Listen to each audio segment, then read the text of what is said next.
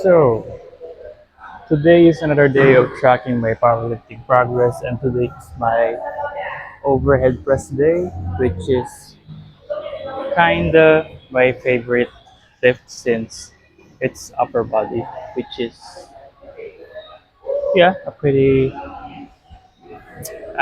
what? Basta. So,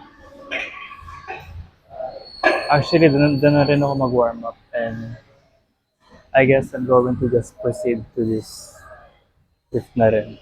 So, push.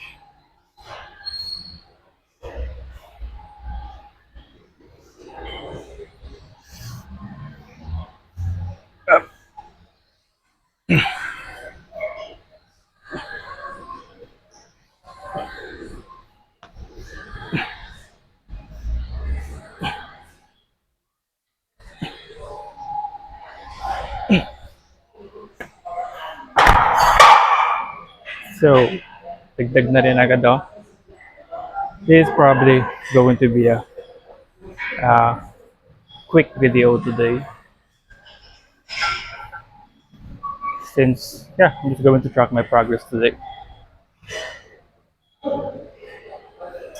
So, going to add 10 each side.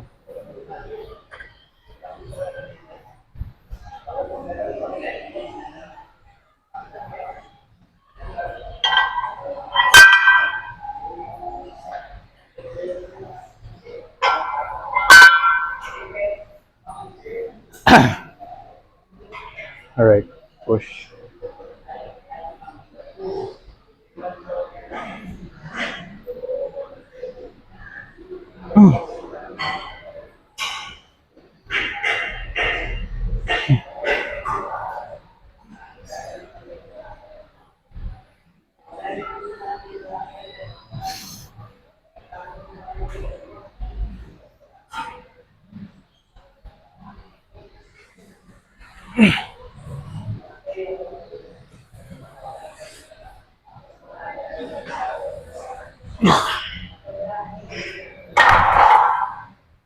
Oh, mabigat na siya.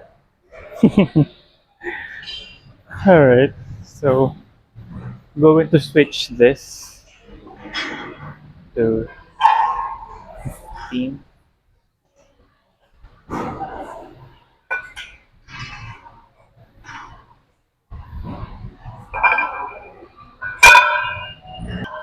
which is 140 pounds. Yeah, 140 pounds. So today, nagad ako ng 5 pounds, which is actually a pretty good progress today since weekly ako nag-add ng 5 pounds, and I think I just need to hit this for 3 reps for 5 sets, and then boom, gotta add 5 pounds next week, next overhead press.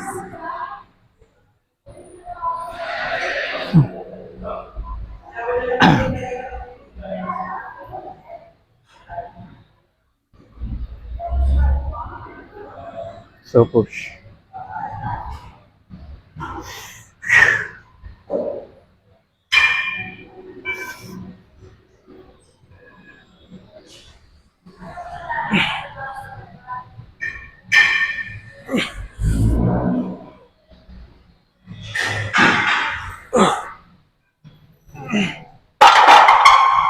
Whoa.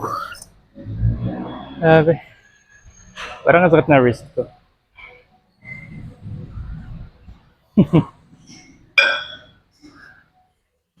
I guess, gumalaw naman siya ng naaayon. So a few minutes ago, my phone just started to overheat. So, nag-overheat yung phone ko. Kaya, sadly, hindi ko na-record yung iba kong ginawa during my top set. So, this is actually my last set na. So, pina-pull down ko muna yung phone ko so I can track this last set. So, still, it's 145 pounds of to loaded in the bar. So yeah, technically, yeah, I think still I overhead press. So push.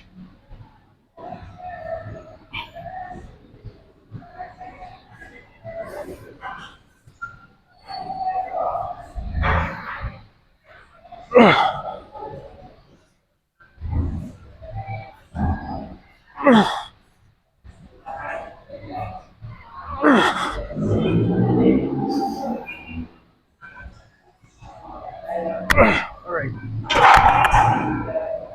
Only 3 reps sa last set, which is a pretty quite good na rin.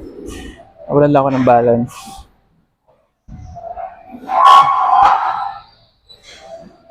That last set was pretty shaky.